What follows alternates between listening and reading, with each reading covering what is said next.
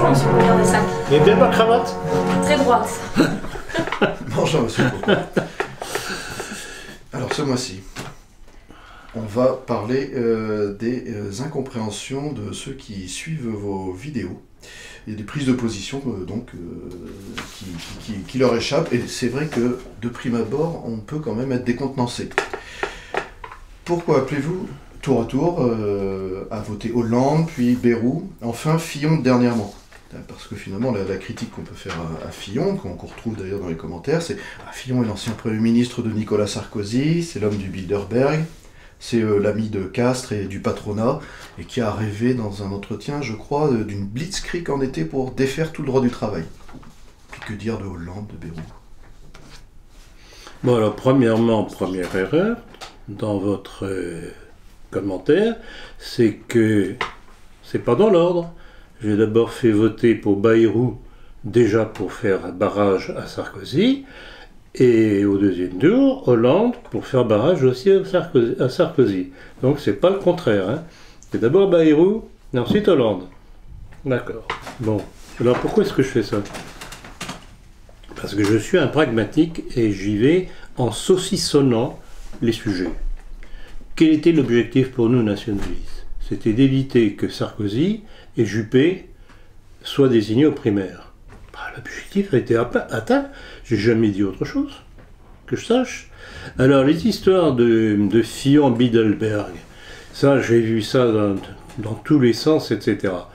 Je n'ai aucune preuve qu'il soit Bilderberg. Il a été invité comme Premier ministre, point. Ce qui se fait. Mais peut-il la même chose? Qu'est-ce que ça change? Les Bilderberg et tous ces trucs essayent d'attraper des gens qui ont des positions importantes. Ça ne veut pas dire que les gens vont adhérer. Hein? Moi, je serais président de la République. Je serais invité par les Bilderberg, ben, je leur dirais pas non. Alors, on va dire bah, Ploncard est contaminé lui aussi. Bien entendu. Alors, cette proportion de nos milieux, dès qu'ils entendent un truc comme ça, d'abord sans contrôler la source, parce que d'où vient cette notion que Fillon serait Bilderberg? J'ai jamais réussi à trouver la source. La seule hypothèse que j'ai, c'est ce que je viens de dire, c'est qu'il a dû être invité quand il était Premier ministre, en tant que Premier ministre. Point. En tout cas, vous ne pouvez pas nier qu'il a quand même été Premier ministre de Nicolas Sarkozy. Ben évidemment, et alors? Et qu'à ce titre-là, et alors il a quand même et Poutine a bien été sous les ordres de Elstine? Et toute la bande des juifs technocrates de la nomenclature, il en est sorti. Et quand on voit la tête de ceux qui croyaient que c'était un bon petit garçon bien sage, ça fait plaisir. Donc, du calme. Moi, ce que je répète à ce sujet-là, attendons de voir ce qu'il va faire.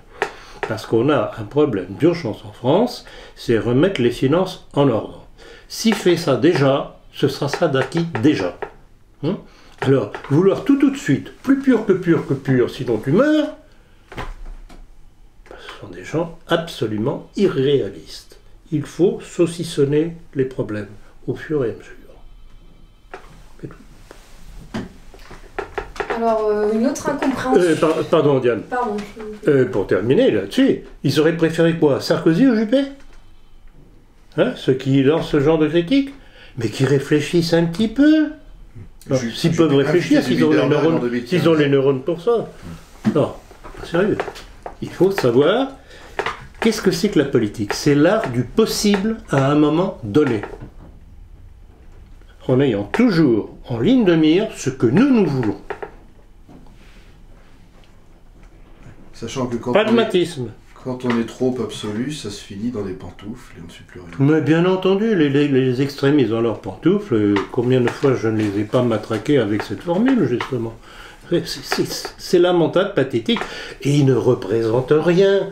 Regardez tous ceux qui se sont amalgamés derrière ce malheureux poisson. Qu'est-ce qu'ils ont fait, je crois, 1,7 ou 1,5, je ne sais plus, ou 3, je ne sais même plus.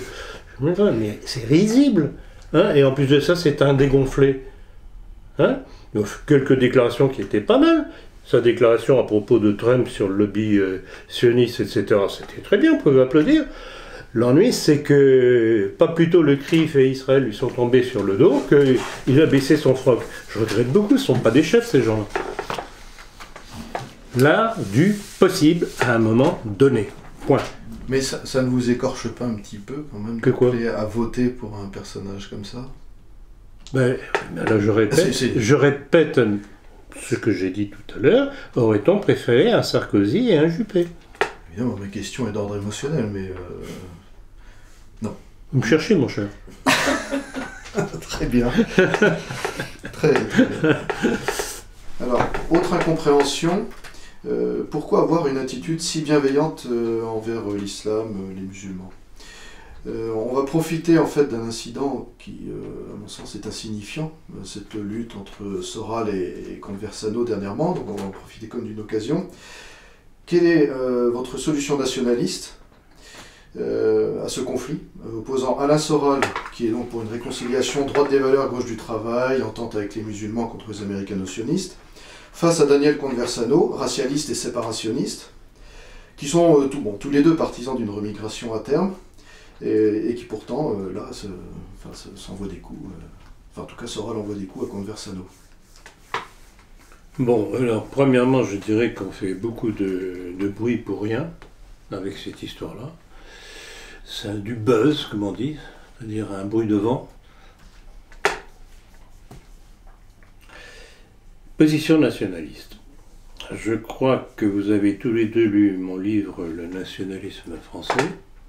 Et ma position découle de ce que j'avais découvert à l'époque, ça remonte déjà loin, de l'importance qu'avait eu le décret d'Adolphe Isaac Crémieux, président fondateur de l'Alliance israélite universelle, en imposant son décret, qui porte son nom, le décret Crémieux, qui donnait la nationalité française uniquement aux Juifs d'Algérie. Pas aux musulmans qui venaient de se battre pour nous en 1870. Enfin, pour nous, c'était le Deuxième Empire. Donc, partant de là, j'avais évidemment compris que la Troisième République, qui était déjà judéo-maçonnique, évidemment, puisqu'elle s'installait, le gouvernement tiers s'installait avec l'argent des Rothschild, allait dès lors, jusqu'à aujourd'hui d'ailleurs, toujours privilégier les intérêts juifs par rapport aux intérêts musulmans. Or, nous, on est où là-dedans? On avait une entente avec le monde musulman, ils se sont battus pour nous à plusieurs reprises. En 1870, ils ont recommencé au moment de la Deuxième Guerre mondiale. Je ne vois pas, à part l'aspect terroriste du FLN, pourquoi on devrait être toujours opposé au monde islamique. À condition qu'il soit bien compris que chacun travaille chez lui et chez lui, chacun chez soi. Et que les deux parties, c'est-à-dire le monde musulman et nous, comprennent qu'on a intérêt à faire alliance face à l'ennemi commun qui est le sionisme international, qui cherche, et qui, non seulement qui cherche, mais qui avait réussi à nous lancer les uns contre les autres. Et rappelez-vous, je donne souvent l'image du judoka. Le judo, c'est quoi? C'est utiliser la force de l'adversaire, qui, quand il fait un mouvement pour vous faire tomber, vous, par un tout petit mouvement, vous renversez la situation, c'est lui qui tombe. Donc, l'histoire de nous, avec les musulmans, face à l'islam, ce que nous voulons, c'est retourner l'islam contre l'envoyeur qui est le sionisme. Je suis clair? Ça va? Vous me suivez? Bon. Alors, justement, cette querelle entre Soral et Conversano, moi j'avoue que c'est vraiment beaucoup de bruit pour pas grand-chose.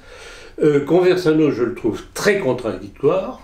En plus de ça, je crois que vous m'avez fait une allusion à une déclaration qu'il avait faite dernièrement sur son site internet Soavelos, un article intitulé « Jésus m'a tué ». Bon, s'il combat le musulman, c'est pas au nom de la chrétienté, puisqu'apparemment il est très contre.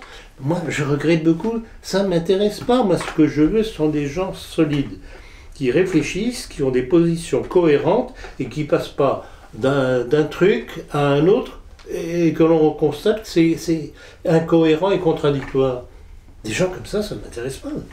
Donc je trouve que c'est vraiment faire leur donner beaucoup d'importance alors qu'ils ne représentent pas grand-chose. À part le buzz sur Internet, ça c'est artificiel. Je ne dirais pas que Soral a eu raison de lui envoyer un coup de savate, mais je dirais que l'analyse de Soral est plus proche de la mienne, puisque justement il s'appuie, à l'époque il m'avait cité. C'est moi qui lui ai appris le rôle du décret Crémieux. Il m'a cité dans une de ses conférences, d'ailleurs je l'ai encore. Donc de ce côté-là, je suis plus proche de Soral, mais le problème avec Soral aussi, ce sont les contradictions. Il ne peut pas à la fois faire les bonnes analyses sur le sionisme, le judaïsme et compagnie, et se dire à la fois républicain, démocrate et gaulliste. C'est tout de même De Gaulle qui a réintroduit la maçonnerie à son arrivée au pouvoir. Donc voilà, ça me dérange, ces gens-là, c'est qu'ils ne sont pas cohérents. Vous les renvoyez dos à dos. Je les renvoie dos, avec une petite préférence tout de même pour Soral. Parce que Soral fait tout de même un travail constructif, et je l'avais signalé d'ailleurs à l'époque, il s'était fait interdire la publication de certains ouvrages. Et des ouvrages qui étaient déjà publiés, qui étaient interdits. Et j'avais fait un communiqué qui avait été pour une fois publié dans Rivarol, où je soutenais le travail justement de réédition de livres utiles, intéressants. Donc voilà. On va peut-être voir le problème sous différentes facettes. Conversano, par exemple, trouve Soral, on va dire, castrateur contre les anti-musulmans. Mais il ne faut pas dire les gentils musulmans, il ne faut pas dire les catholiques, il ne faut pas dire les ceci, les cela. Il y a des catholiques, il y a des musulmans. Vous savez très bien la distinction que je fais dans les deux grandes branches de la religion musulmane entre les sunnites et les chiites. Bon. Et dernièrement, j'ai eu un appui de poids de la part, je crois que c'est un imam musulman, qui m'a dit « Mais vous ne savez pas si bien dire, mais je crois que vous ne savez pas pourquoi le sunnisme est comme ça et est utilisé par les Américains et par Israël. C'est parce que le sunnisme, contrairement au chiisme, est imprégné de la Kabbale juive. Ça explique beaucoup de choses. Donc pourquoi faire toujours des généralisations? L'islam, non, c'est pas l'islam, c'était l'islam. Nous, en tant que nationalistes, on soutient la Syrie de Bachar el-Assad, qui est nationaliste, on soutient l'Iran, qui est une forme de nationalisme arabe et iranien, mais ça ne veut pas dire qu'on les veut tous chez nous. Et si on veut régler le problème de l'immigration, c'est pas avec des Karcher, des Charter et compagnie, c'est en se comprenant et que chacun trouve l'intérêt à se retrouver chacun chez soi. Point. Alors jouez au grand matamor, etc. Armez-vous, faites ceci, faites cela contre l'islam, contre les musulmans. Ça va tourner comme à la fin de l'affaire de l'Algérie française, avec des ratonnades. Et quels étaient les premiers auteurs des ratonnades en Algérie? C'était les pieds noirs juifs. Alors ça, les ratonnades, c'est ce que Soral souligne, lui, de son côté. Et si vous voulez que ça se finisse comme ça, on continue, et voilà. Alors, il pointe aussi, Conversano, l'urgence résultant de l'état de l'évolution de la démographie. Et que, bon, petit à petit, ce sera... Et là encore, mais tout à fait d'accord. Et qui empêche les Français de faire des enfants au lieu de rester les pieds dans la pantoufle à regarder leur télé. Hein? Alors évidemment, on me répondra, ah oui, mais c'est que les lois de la République, n'aident pas la famille. Bien entendu, donc qu'est-ce qu'il faut faire? Il faut changer la République. Ouais. Surtout que le Front National actuellement se divise sur l'avortement. J'ai vu, c'est fatal. Qui a quand même très fatal. Cette question. C'est fatal. Ça, Marine Le Pen, on la soutiendra tant qu'on pourra la soutenir sans que ça reste trop en travers de la gorge, mais il est certain qu'il va y avoir un jour un besoin de clarification au sein du Front National. C'est certain. C'est le grand écart. Hein? Elle continue comme ça, il va se déchirer. Soral trouve Conversano injurieux envers les travailleurs arabes qui ont trimé pour bien vivre et éduquer leur famille. Ça... Oui, c'est vrai, ça existe. Ça existe. Pour là, il ne faut pas faire d'amalgame, de généralisation. Il y a des musulmans, et j'en connais de par les contacts que j'ai, d'après ce que je reçois comme commentaires, etc., qui veulent réellement s'intégrer à la nation française. Ça ne veut pas dire qu'on va tous les accepter. Pour ça que je suis, rappelez-vous, fondamentalement contre le droit du sol pour revenir au droit du sang. Qui a imposé le droit du sol? C'est le Grand Orient. C'était en 1998, mais c'est dans la maçonnerie, dans mon livre La maçonnerie. Donc, si on ne recommence pas, si on ne commence pas par remettre de l'ordre dans les idées, savoir d'où viennent les problèmes pour régler ces problèmes, ben on ne se comprend pas. Alors, outre Conversano, nous avons aussi des Zemmour, Finkielkraut, De Villiers, Oberton, Alexandre Mendel, qui sont les nouveaux remparts intellectuels et journalistiques contre les problèmes liés à l'islam. Tous ces intellectuels s'opposent. Bon, alors, prenons Zemmour, c'est un agent d'Israël, je regrette beaucoup. Alors qu'il y ait Philippe de Villiers mêlé à ça, mais Philippe de Villiers, jusqu'à présent, n'a pas particulièrement brillé par la perception politique des choses, et quant à sa fidélité aux lignes qu'il est censé et dit représenter, je rappellerai tout de même qu'il a rallié Sarkozy pour pouvoir être élu en Vendée. Alors, Ciotti et Estrosi, qui eux aussi accusent l'islam et se posent comme des remparts. Mais parce que ce sont des partisans d'Israël. D'ailleurs, je crois avoir vu passer, et on en parlera certainement dans le prochain numéro de La Politique, qu'ils ne trouvent rien de mieux que d'inviter des généraux israéliens dans leur région, soi-disant pour nous dire comment il faut faire. Mais là encore, on va vers la guerre des mondes dont je vais parler cet après-midi dans ma conférence. Ils veulent l'affrontement avec l'islam. Moi, je ne suis pas pour l'affrontement, je suis pour qu'on trouve des solutions d'entente pour que chacun travaille contre l'ennemi commun, chacun chez soi. Point.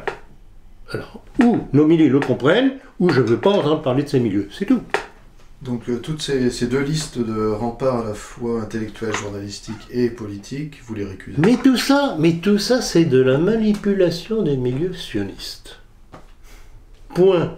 Alors, où on tombe dans le piège, où on sait ce qu'il y a derrière cette mascarade. C'est tout. Alors, il y a toujours les éternels naïfs qui veulent toujours vous donner des leçons. Ben non. Moi, je vous dis, je suis quelqu'un de froid. En politique, en tout cas, pas du tout sentimental. J'en dirai pas plus. Donc pour vous, mettre le feu à une porte de mosquée, comme en août dernier, c'est pas la solution. Il y avait des militants du PNF qui avaient mis... Mais là encore, et ça, alors ça m'exaspère, ce genre de nouvelles, de faits divers, ça m'exaspère. Premièrement, parce que ce n'est pas comme ça qu'on réglera le problème. Deuxièmement, parce que ça ne peut qu'exaspérer les tendances dures de l'islam contre nous. Troisièmement, et c'est connexe, ça fait le jeu du sionisme. Quatrièmement, et là j'en veux aux cheffaillons de ces jeunes qui les lancent dans la bagarre pour faire soi-disant un truc activiste, qui les mouillent et ils garderont dans leur fichier national toute leur vie qu'ils ont été condamnés. Donc au point de vue de travail, pour eux, sur le plan professionnel, ils sont grillés. Tout ça pour que certains individus, les Benedetti et compagnie qui lancent, ou je sais pas, Conversano peut-être aussi, les lancent pour qu'on parle d'eux, etc. Et j'avais vécu ça, et c'est pour ça que je suis particulièrement attentif à ce genre de provocation. J'avais vécu ça quand j'étais responsable pour le Front National en Belgique. Et j'avais constaté, connaissant déjà très bien les rouages du Front National et la propension de Le Pen à ce qu'on parle de lui, et encore, d'envoyer les colleurs d'affiches coller des trucs à sa gloire, et ne les soutenons pas quand ils étaient pris la main dans le sac. Et je me rappellerai toujours, j'en ai parlé dans mon livre Histoire d'une trahison, qui concerne la trahison de Le Pen père. C'était lors du congrès du Front National à Nice, ça remonte aux années 90 ou 91 à peu près. Et je me rappellerai toujours, c'était un militaire qui qui avait fait l'OAS, ou à côté de l'OAS, j'en sais rien, mais enfin qui était de ces militaires éprouvés par la République, par De Gaulle, et qui avait cru bon déjà de faire un tract anti-islamiste, etc., etc., etc. Il s'était fait condamner lourdement, il n'avait pas l'argent pour payer. Et il allait de responsable du Front National en responsable du Front National, donc du temps de Le Pen père, hein, pour leur demander de l'aide sur le plan financier pour pouvoir faire front à la bande qui lui était tombée sur le... Et chacun, j'étais là, s'est détourné. Et repartait en petits groupes, rigolant entre eux, etc. Et je me suis dit, un chef de parti qui ne soutient pas ces soldats, c'est foutu. Donc si je suis aussi dur vis-à-vis des...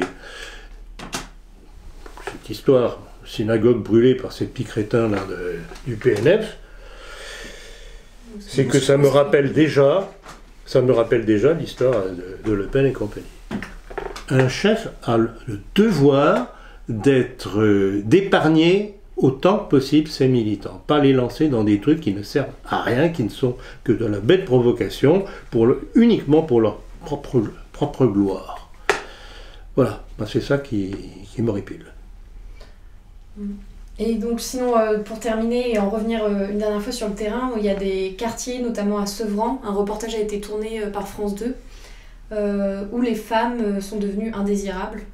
Et, mais à qui la faute? Oui, à qui Qui est-ce qui tolère ça? Ce sont nos pouvoirs publics. Et donc ça revient à ce qu'on disait hier, Eric, on est un peu pris en mâchoire entre le... Mais bien entendu. Rappelez-vous quand un Lionel Stoléru, ministre de Mitterrand à l'époque, disait à propos des musulmans, vous êtes ici chez vous, eh ben ils ont compris. Mais c'est la faute à qui? La faute aux musulmans ou à ceux qui ont ouvert les portes toujours et toujours plus grandes et qui leur donnent des droits que les Français n'ont même plus? À qui la faute? Si on ne remonte pas à la cause, comment voulez-vous régler le problème? La cause, ce sont nos hommes politiques. Et pour le terrorisme, c'est la même chose. Vous voulez supprimer le terrorisme? Commencez par supprimer nos hommes politiques. En fait, on est entré dans un jeu de fou. Il y a un terroriste islamiste d'un côté qui vous projette dans les bras d'un général israélien, et je préfère autant vous dire que l'Assad n'est pas capitonné. En fait, on est entré dans un jeu de fou. Non, mais le problème, et moi, ce qui m'effare, qui me scandalise, c'est la bêtise de nos milieux qui ne comprennent pas. À chaque fois, ils tombent dans le panneau. Comme le toréador avec la muleta, bien rouge, et le taureau. Eux, cette droite informe que nous avons, dite nationale ou ceci ou catho, appelez-la comme vous voudrez, fonce dedans, toute corne baissée.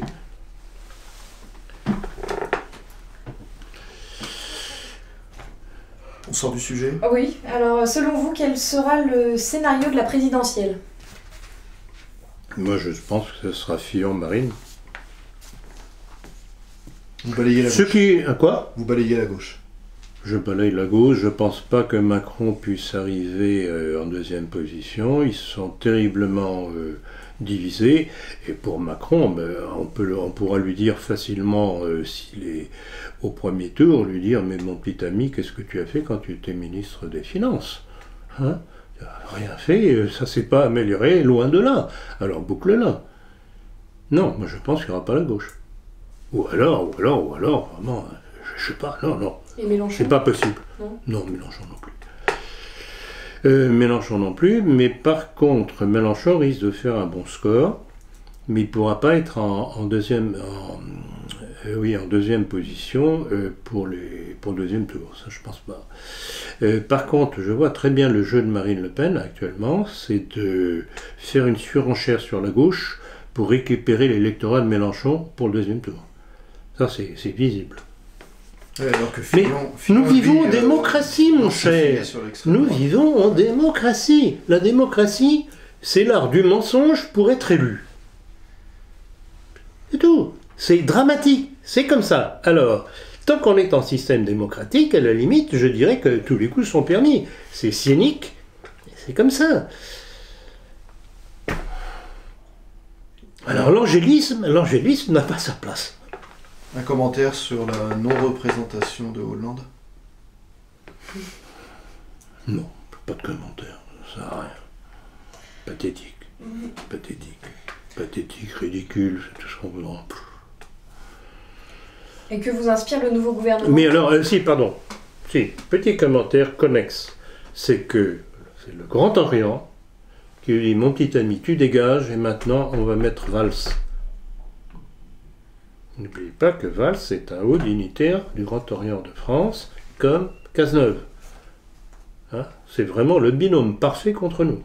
Rappelez-vous ce que Cazeneuve avait dit dans la religion catholique. L'histoire de France, avec le catholicisme, c'est nauséeux, etc., etc. Je ne me rappelle plus la citation exacte. C'est la haine judéo-maçonnique au sommet de l'État. Et Cazeneuve, je l'accuse d'être complice des attentats. Parce que l'histoire des policiers qui n'ont toujours pas obtenu le droit de légitime défense, ça veut dire que M. Cazeneuve privilégie les terroristes. Ça lui a valu une récompense puisqu'il est maintenant le Premier ministre. Bien entendu. La récompense de qui? Du Grand Orient. Et je me répète, qui a imposé le droit du sol contre le droit du sang? Le Grand Orient, comme je l'ai dit tout à l'heure. Donc on est en pleine politique selon les critères maçonniques du Grand Orient de France. Et un commentaire sur Bruno Leroux, qui est désormais... En plus de ça, c'est un menteur, apparemment, puisqu'il s'est vanté d'avoir une stature intellectuelle, universitaire et autres, qu'il n'a pas.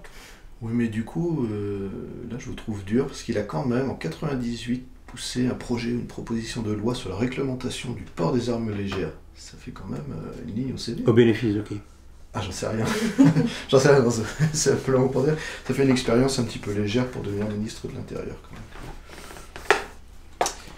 même. Les succès électoraux récents du Brexit et de Trump ne risquent-ils pas de faire baisser la garde aux milieux nationaux, nationalistes? S'ils baissent la garde, ce sera de leur faute. Non. D'abord, le Brexit, c'est une chose qui apparemment est tout à fait positive pour les Anglais. D'ailleurs, je constate que les affaires reprennent en Angleterre, même si la livre sterling a baissé, mais ce n'est que mieux pour eux. Parce que si les produits anglais sont moins chers à l'achat, la livre sterling ayant baissé, c'est tout bénef. Voyons. Quant à Trump, alors Trump, je dirais la même chose que pour Fillon, attendons de voir venir ce qu'il va faire réellement. Tout ce que j'enregistre à propos de Trump, c'est par réaction. Quand je vois comment les milieux juifs sont partagés à son égard, ils ne savent pas sur quel pied danser.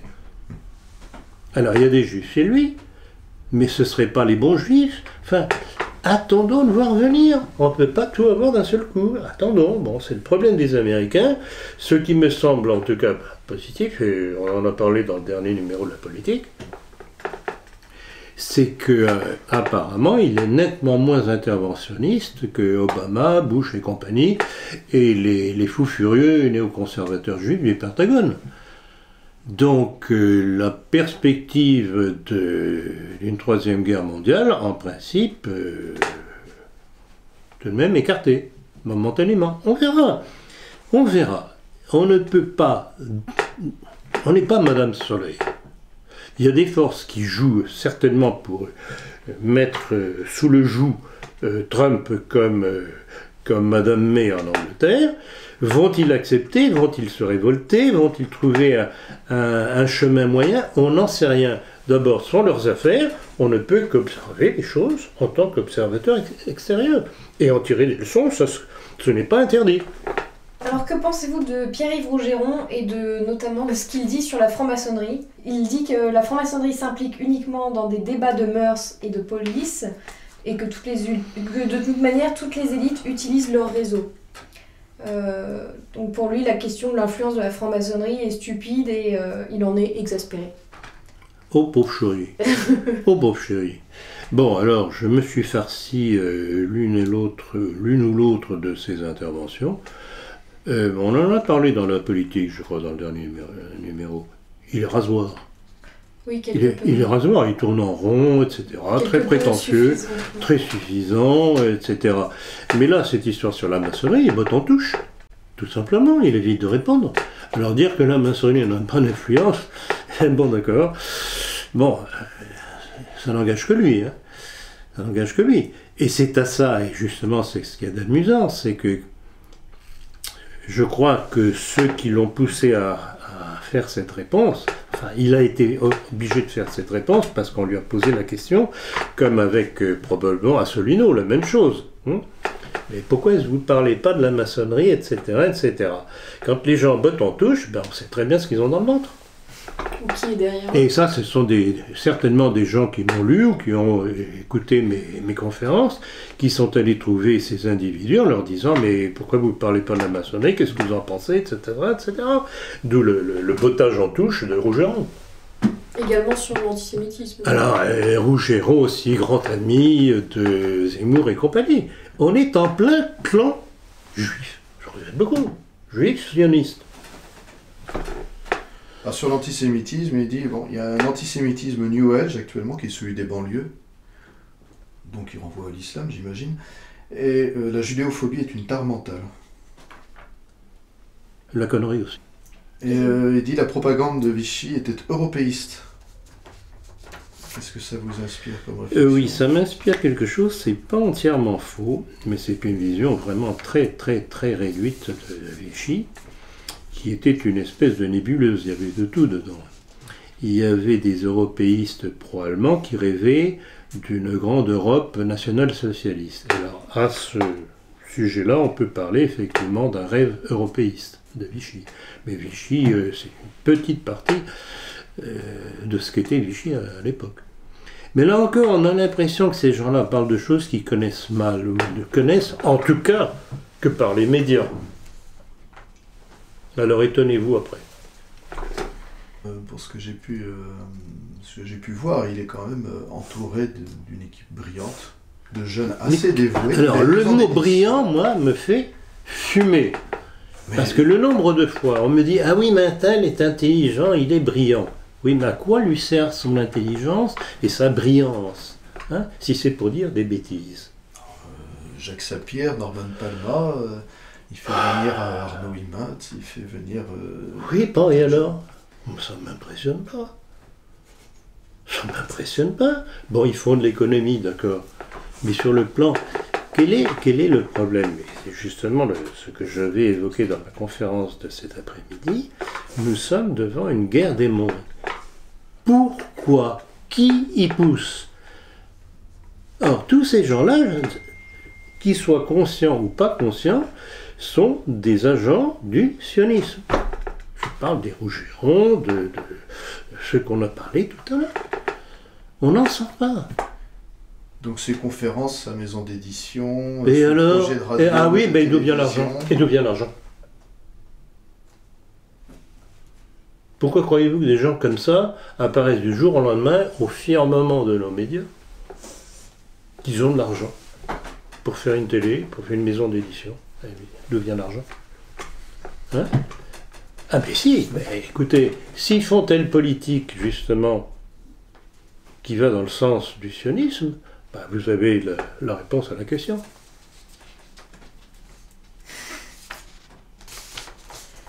C'est pas assez clair? Si, c'est clair. Est-ce que le public n'a pas une idée maintenant plus précise de ce que c'est que la désinformation suite au Brexit et à l'élection américaine? Je voulais parler des sondages, de l'affaire Propornote ou de Washington Post, l'affaire rétropédalage. Mais c'est évident, Si les sondages étaient véridiques, on n'aurait pas besoin d'élections, ça ferait des économies. Les sondages sont faits pour essayer d'influer sur les citoyens, pour leur faire voter dans un certain sens. Alors ça marche ou ça marche pas, visiblement ça n'a marché ni dans un sens ni dans un autre, pas plus que pour Fillon. Qui donnait des chances à Fillon? Et là, dans une certaine sympathie que je peux avoir ou pourrais avoir pour Fillon, c'est de voir à quel point les médias sont contre lui. Si les médias sont contre lui, c'est qu'ils ont des raisons. Donc tout n'est pas blanc ou noir chez lui. Oui, il faut regarder les choses calmement. Pondérer les choses, et puis voir quelle est la solution qui serait la meilleure pour nous, ou tout au moins la moins mauvaise. C'est tout. Pourquoi est-ce que Trump a été matraqué par les médias? Pourquoi est-ce que le Brexit a été matraqué par les médias? Pourquoi Fillon a été matraqué par les médias? Il doit bien y avoir une raison. Mais ça réfléchit pas dans certaines cervelles, non? De temps en temps. Ne serait-ce que par intermittence, ça ferait peut-être du bien. Visiblement si, puisque les gens maintenant ne font plus confiance aux sondages. C'est-à-dire qu'il y a un peu une défiance vis-à-vis des médias qui s'installe. Oui. Non, mais et rappelez-vous ce que je disais à propos de Trump. Dès le début, d'ailleurs, je crois que c'est vous qui aviez posé la question, tout à fait au début, quand il a commencé à émerger. Vous m'aviez dit, je crois, que pensez-vous de Trump, etc. Trump, j'aime pas le personnage, son look, etc., sa façon provocatrice de dire les choses. C'est pas ça qui est intéressant, c'est ce que cela suppose comme réaction des Américains face à leur establishment. C'est ça qui est intéressant.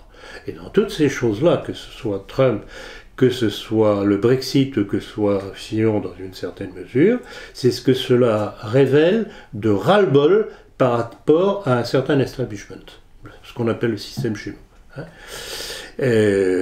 Beaucoup ont été intéressés par la façon classique de se présenter de Fillon. C'est pas un agité comme Sarkozy, c'est pas du bling-bling, il fait très vieille France.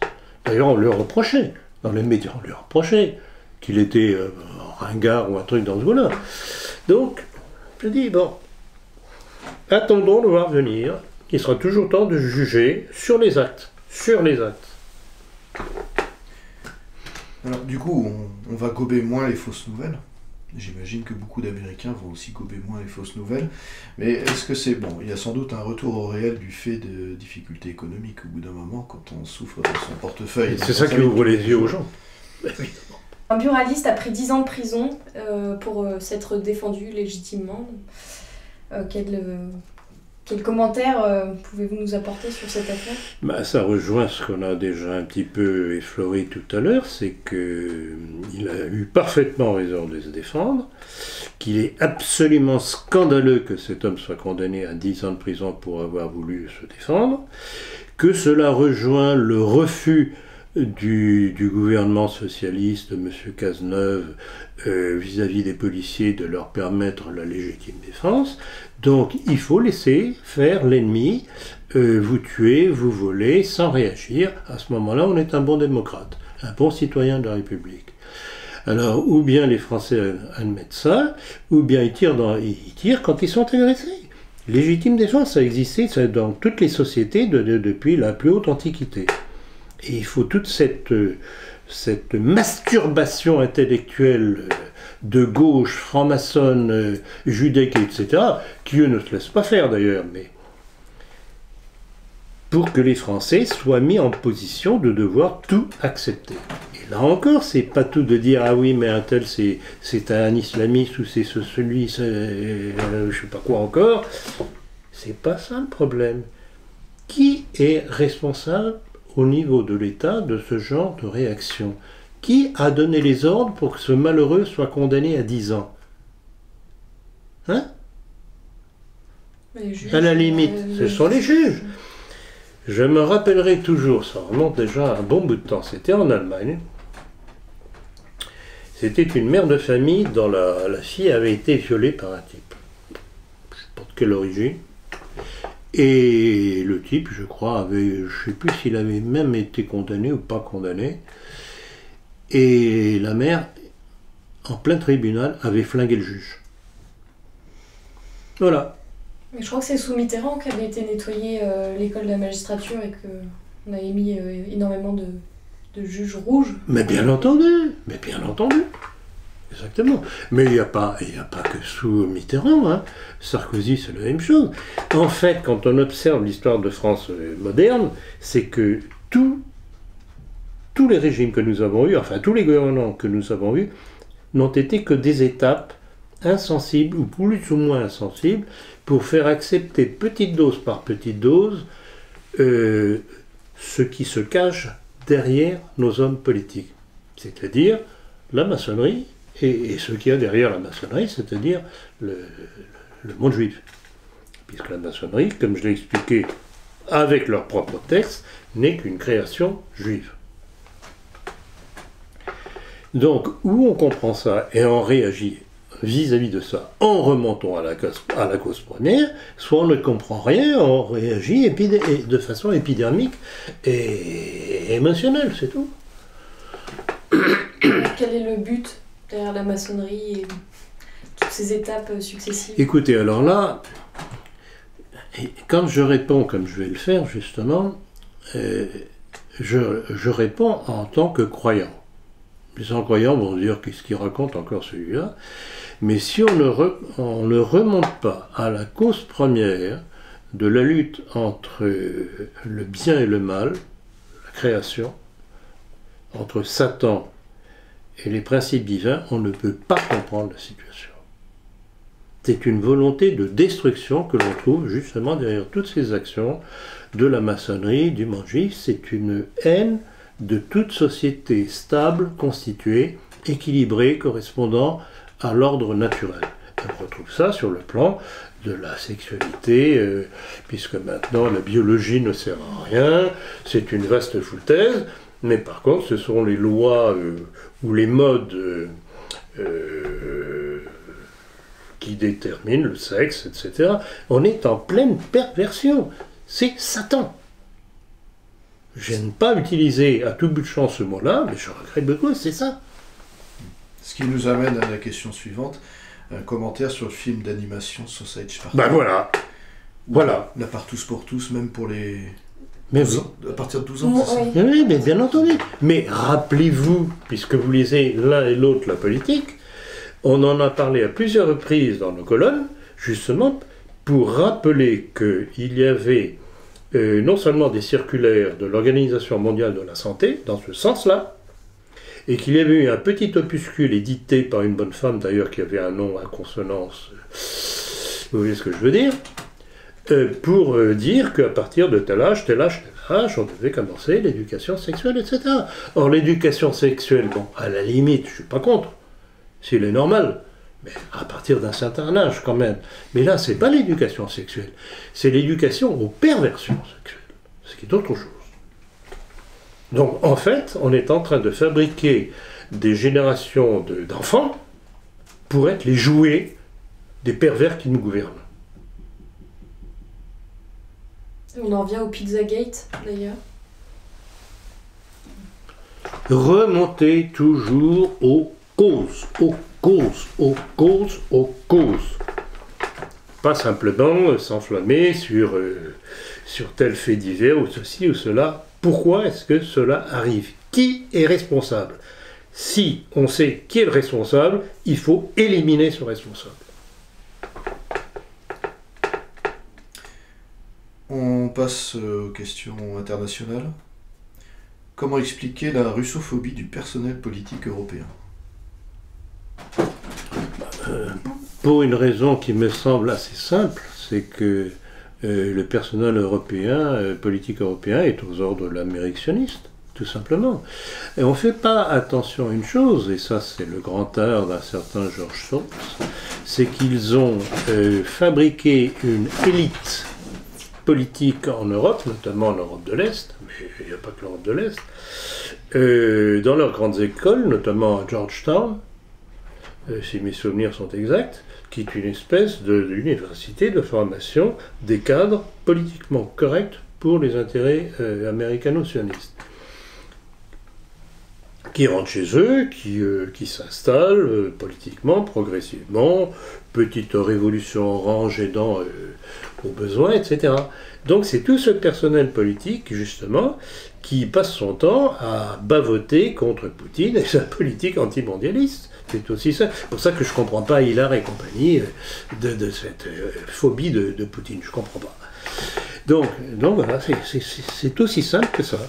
Et rappelez-vous ma conférence sur Poutine, grain de sable dans la machinerie du mondialisme, le grain de sable il a agrandi, c'est plus qu'un caillou dans la chaussure des Américains et du mondialisme, parce que les Américains ne sont que le bras armé du mondialisme sioniste.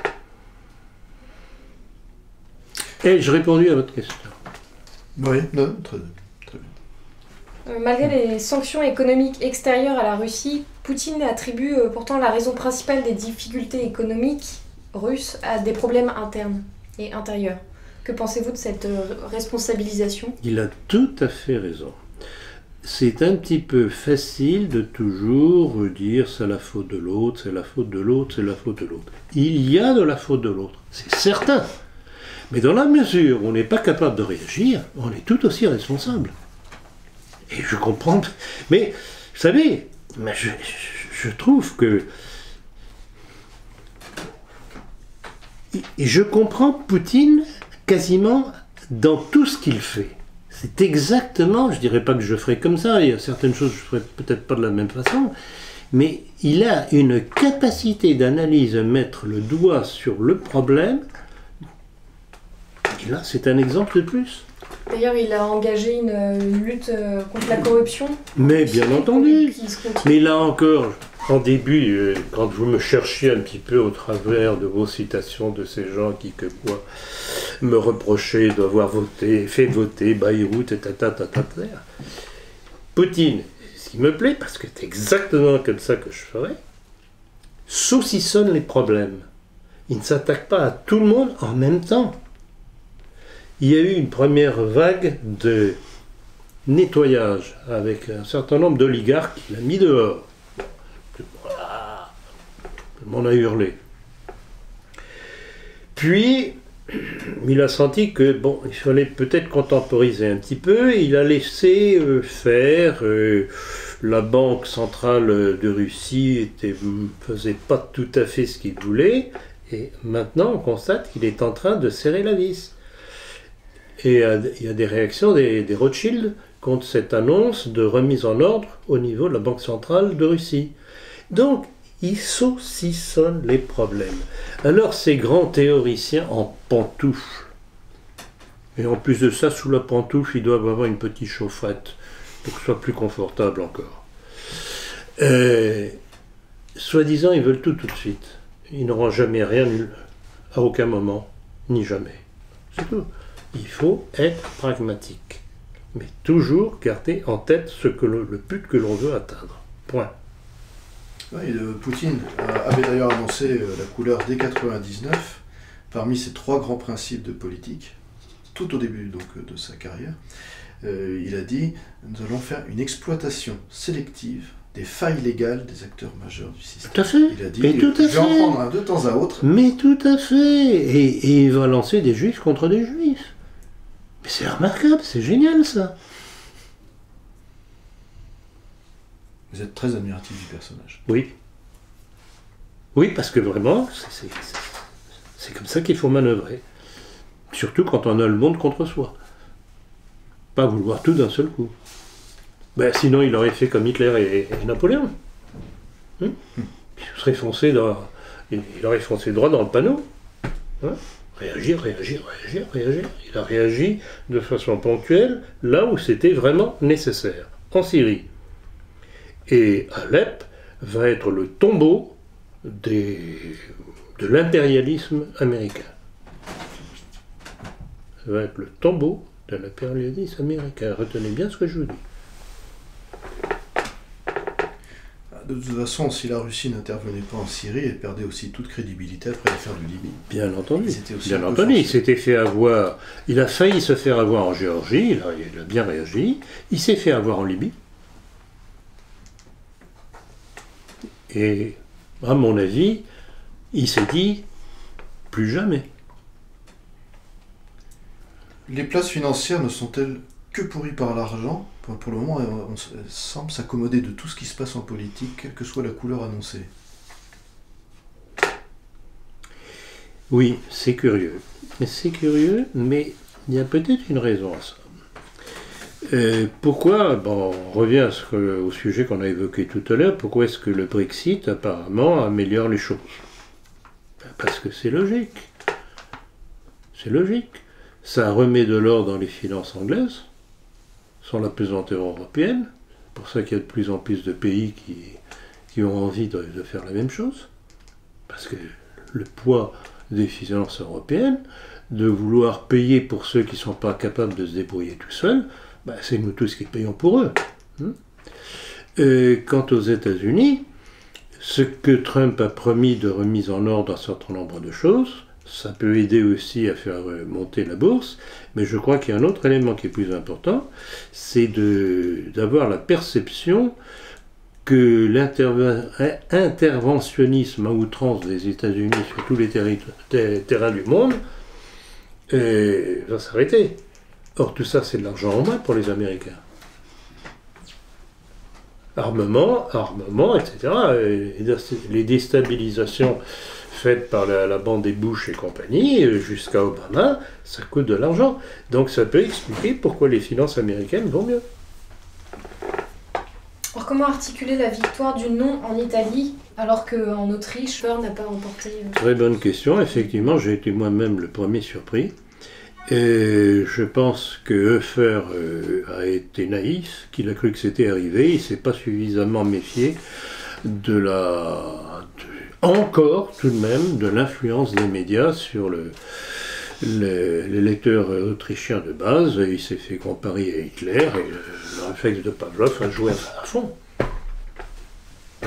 On fait paniquer, Hitler est de retour, etc. On ne va pas voter pour lui.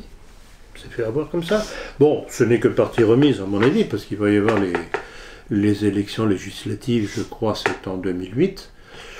On verra. 2018. 18. Je me rajeunis. Oui. Et pour les Italiens, vous avez un commentaire? Et pour les Italiens, c'est le ras-le-bol des Italiens, puisque Renzi, c'est la politique de la Banque Centrale Européenne, de son... Je dirais pas co-religionnaire, parce que je ne pense pas qu'il soit comme Draghi, qui est juif. Il faut le savoir. Ancien de la Goldman Sachs. Ce qui est extraordinaire, c'est que les finances européennes sont dirigées par Goldman Sachs. C'est tout de même Goldman Sachs qui a tripatouillé la connaissance de l'état des finances grecques pour que la Grèce puisse rentrer dans l'Europe. Donc c'est une manipulation frauduleuse. Et c'est ça qui gouverne l'Europe, Goldman Sachs. C'est tout de même invraisemblable. Donc les peuples sont bêtes, c'est certain. Ils sont manipulés, c'est certain. Mais de temps en temps, à force d'encaisser, ils finissent par comprendre qu'on leur en veut. Et ça donne des résultats comme ça. Que pensez-vous des révolutions tranquilles qui ont lieu en Argentine, au Brésil et au Venezuela? C'est la réponse des Américains à la Russie. En Argentine, par exemple, c'était, comment elle s'appelait, Kirchner, qui était, elle était ce qu'elle était, péroniste. C'est-à-dire tout de même un espèce de national-socialisme plus ou moins héritier de Perón, Juan Perón, qui déplaisait formellement à la haute banque et à la finance internationale, et ils ont réussi à écarter Kirchner pour mettre, comme il s'appelle, c'est Mauri, je ne sais plus comment il s'appelle maintenant, qui est en train d'échouer d'ailleurs. Je vois tout dernièrement, il est en train d'échouer. Parce que la haute finance ne peut jamais faire le bonheur des peuples. Jamais. Tant qu'on ne trouve pas un équilibre entre le capital et le social, on ne peut pas régler les problèmes. C'est pour ça que le nationalisme dérange tellement. Il faut qu'il y ait du capital, parce que il faut que ça fonctionne.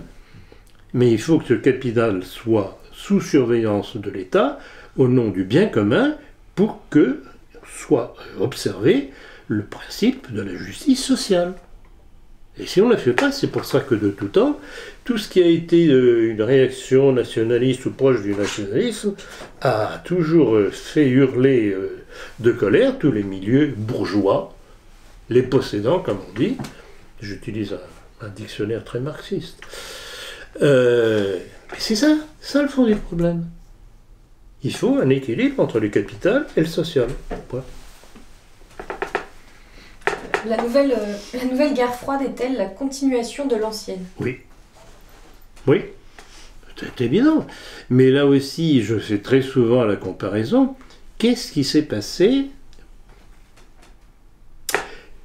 Pourquoi l'émergence du marxisme? Parce que Marx. Parce que Marx, bravo Diane, parce que Marx, attendez, je tendais la perche. Très bien. Qui était Marx? Un juif. Il était juif. Bravo Diane.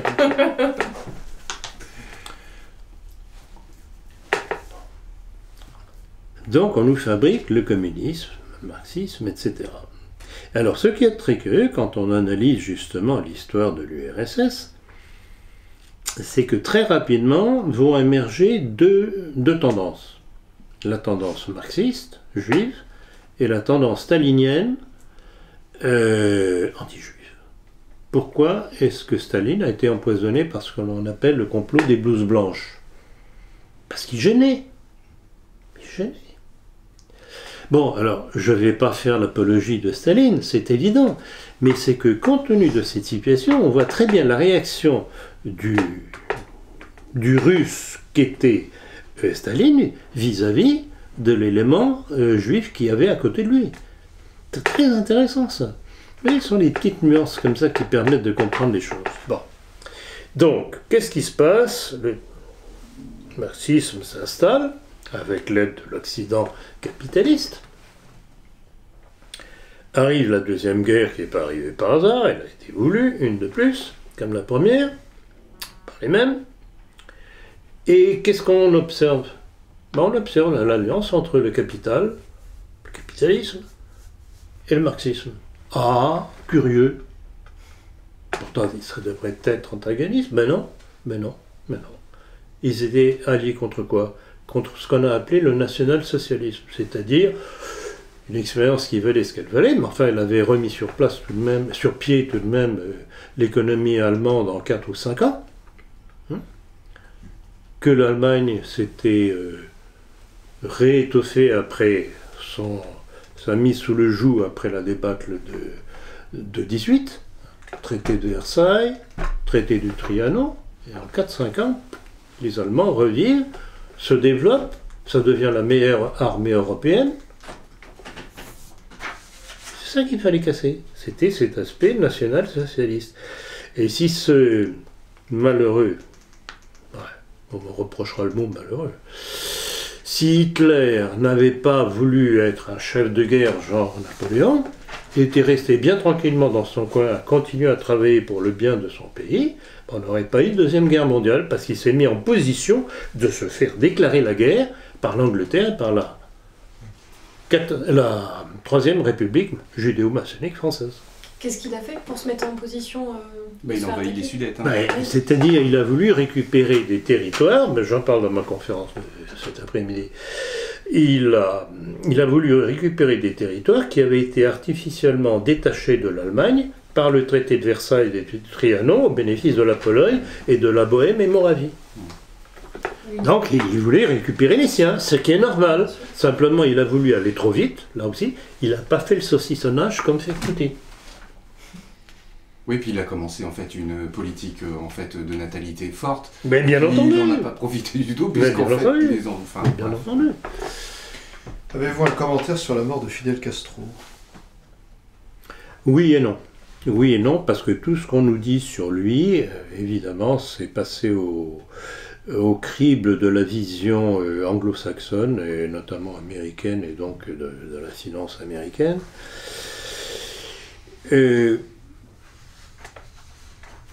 Ce que je voudrais faire remarquer, c'est que la révolution cubaine a été une réaction contre la mainmise américaine capitaliste sur Cuba. Mais c'était certainement pas la bonne réponse, parce que c'était une réponse marxiste. Alors, qu'est-ce qu'il a fait ou n'a pas fait? Je n'en sais rien. En plus de ça, certains disent qu'il est d'origine juive, Oresco Referens. Je n'en sais rien. Tout ce que je constate, et c'est mon seul commentaire, c'est que la révolution cubaine a été un réflexe d'un peuple contre la mainmise américaine financière sur le pays. Je ne vais pas vous rappeler ce qui s'est passé, l'explosion du croiseur Maine en baie de la Havane en 1898. Oui, exactement, pour que les Américains mettent la main sur Cuba au détriment des Espagnols. Donc, là, C'est ça le fond du problème. Alors, qui était réellement Fidel Castro?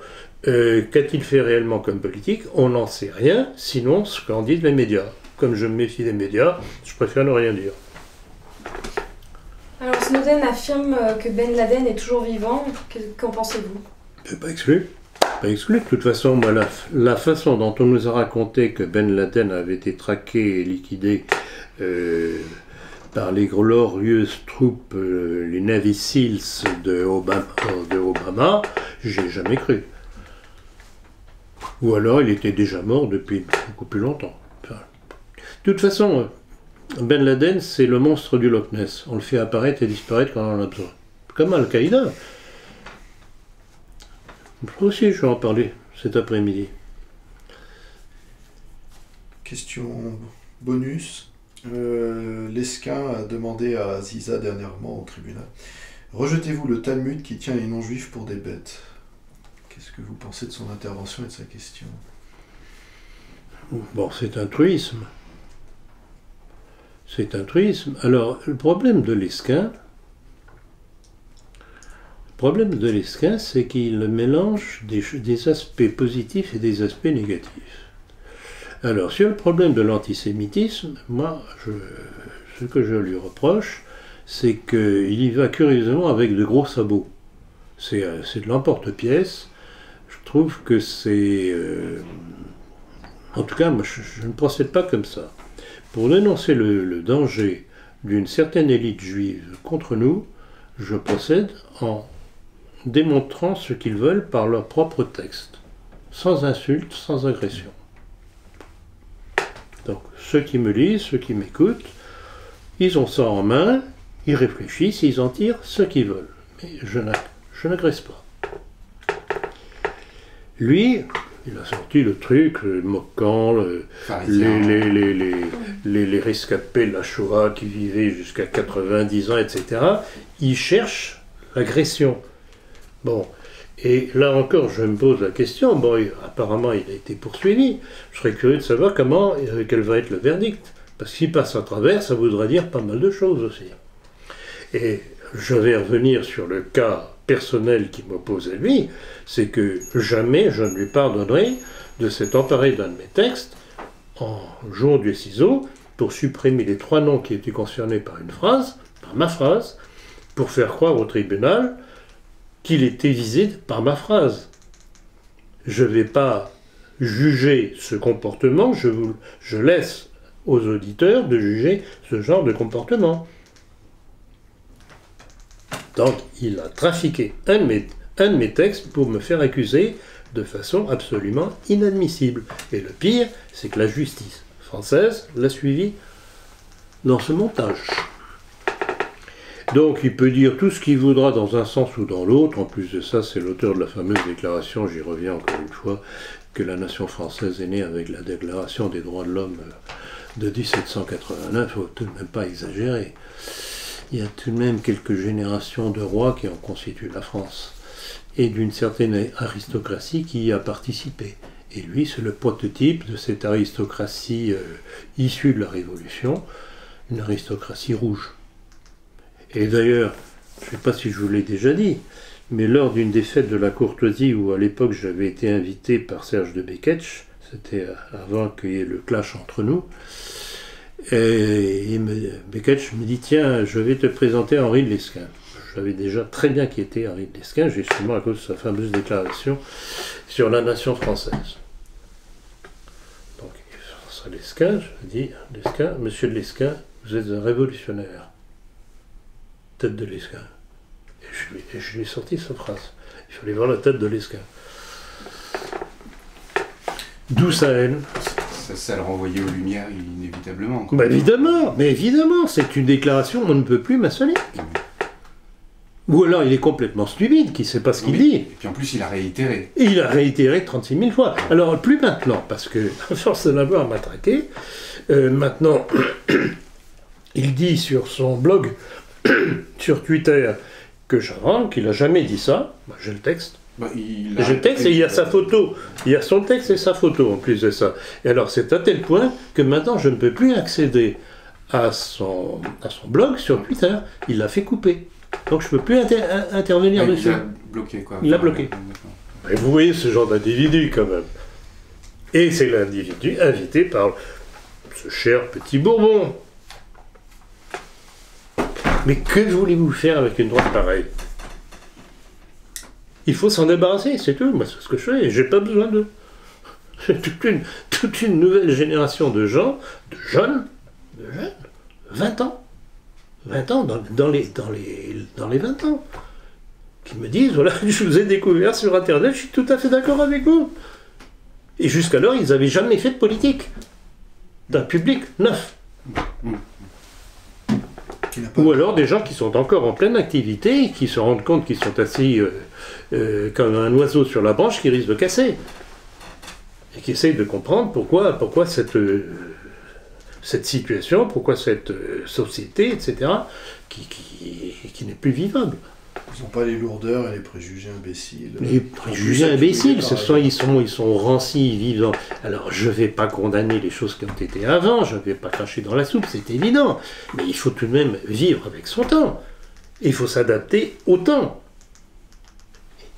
Il est évident que si, comme je plaide pour les corporations, on devait réinstaurer les corporations, il est évident qu'on ne le ferait pas comme ça existait au temps du Moyen-Âge jusqu'à la Révolution dite française. Il y aurait des adaptations en fonction de ce qui est devenu l'outil du travail. On n'est pas figé. C'est une dynamique. Rappelez-vous le nombre de fois où j'ai dit que le nationalisme, ce n'était pas une idéologie, c'était un pragmatisme.